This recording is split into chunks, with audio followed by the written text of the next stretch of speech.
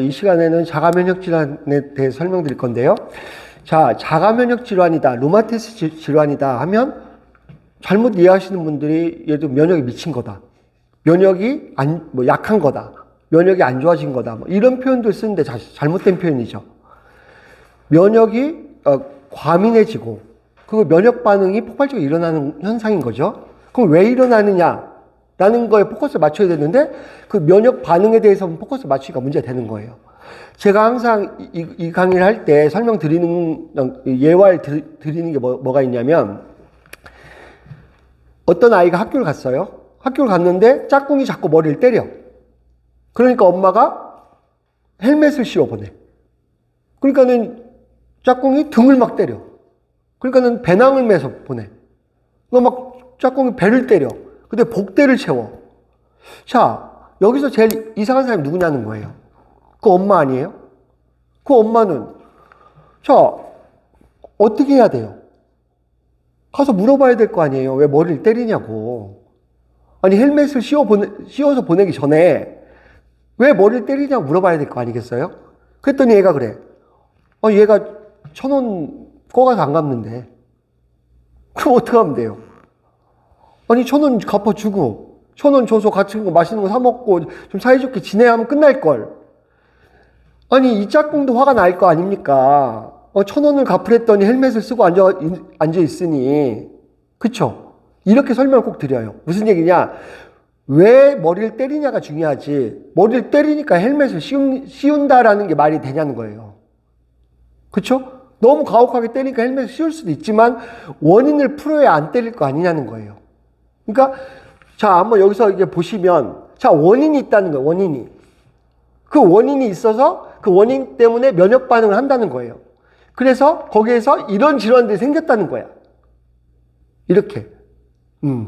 그래서 이 원인들의 포커스를 맞춰가지고 얘네들을 자꾸 없애고 지워져 나가고, 면역이 과민하니까 면역에 대해서 진정을 시키고, 이런 쪽에 포커스를 맞춰야지 자꾸 여기에 포커스를 맞추니까 쉬운 일이 아니라는 거죠.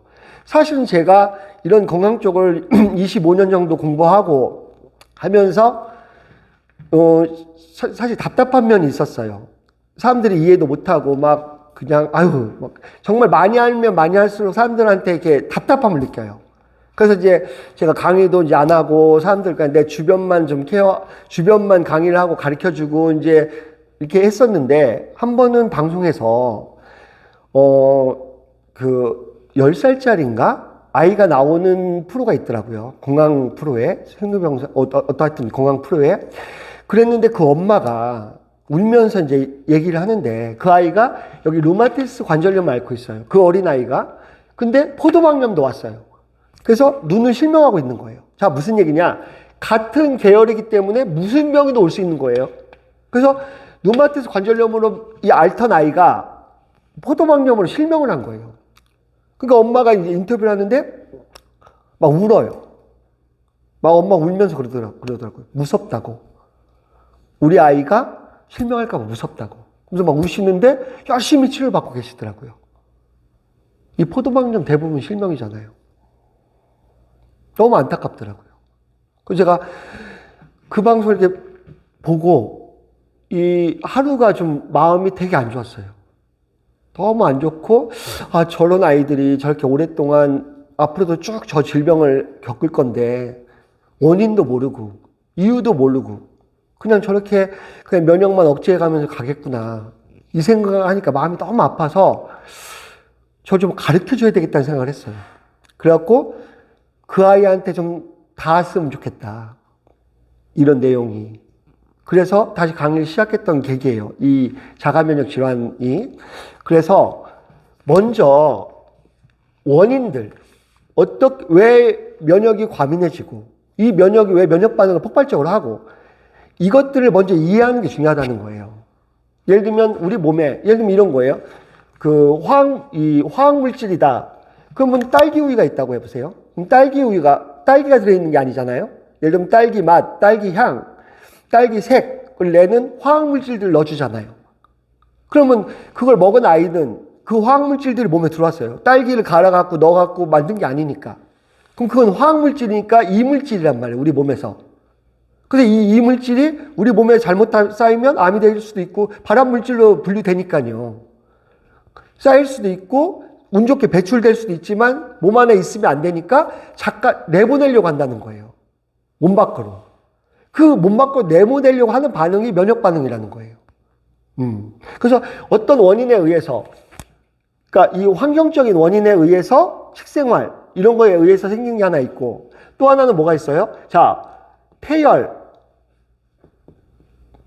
비염, 천식, 비염, 피부염, 아토피 피부염 이렇게 쭉 오는 걸 아토피 행진이라고 해요. 이건 체질이죠.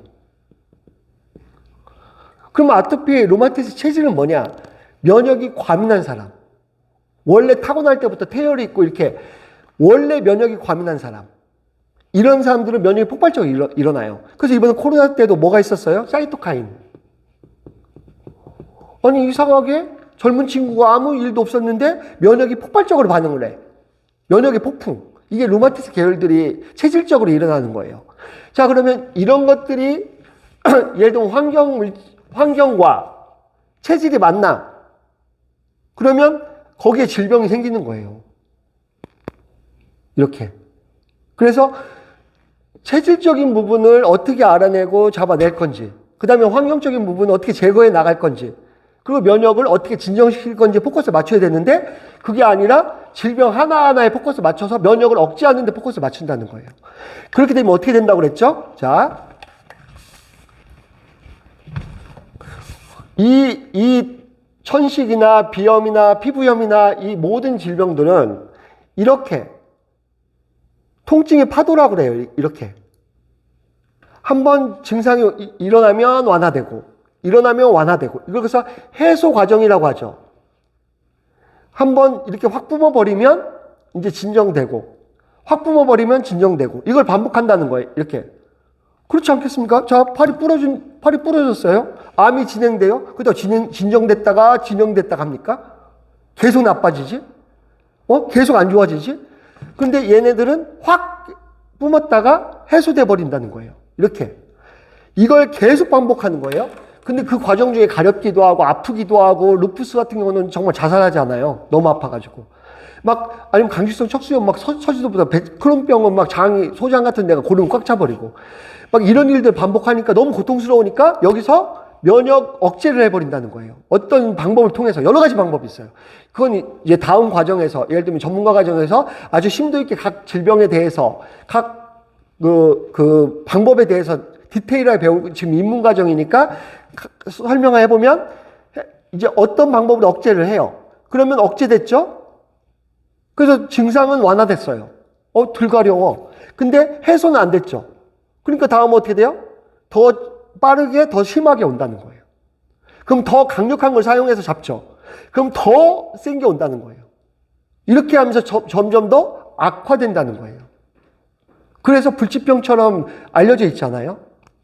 그러니까 원인을 야, 그럼 안 먹고 사냐 이렇게 얘기하지만 그런 내용이 아니라는 거예요. 그래서 이렇게 염세적으로만 보실 거 아니고 방법이 없다고만 보실 게 아니고 정말 너무나 이걸로 통해서 고통받는 사람들이 많거든요. 알려주셔야 돼요. 그리고 그분들도 예를 들면 어떻게 하자 허둥댈 게 아니라 좀 이해하셔야 돼요. 자꾸 병에 대해서. 이해하고 생각해 보시고 생활 습관은 어떻게 무슨 문제가 있는지를 찾아보시고 이런 것들이 1단계라는 거죠. 이것을 통해서 많이 고통받고 있는 분들이 새로운 계기가 마련됐으면 좋겠습니다. 예, 마치겠습니다.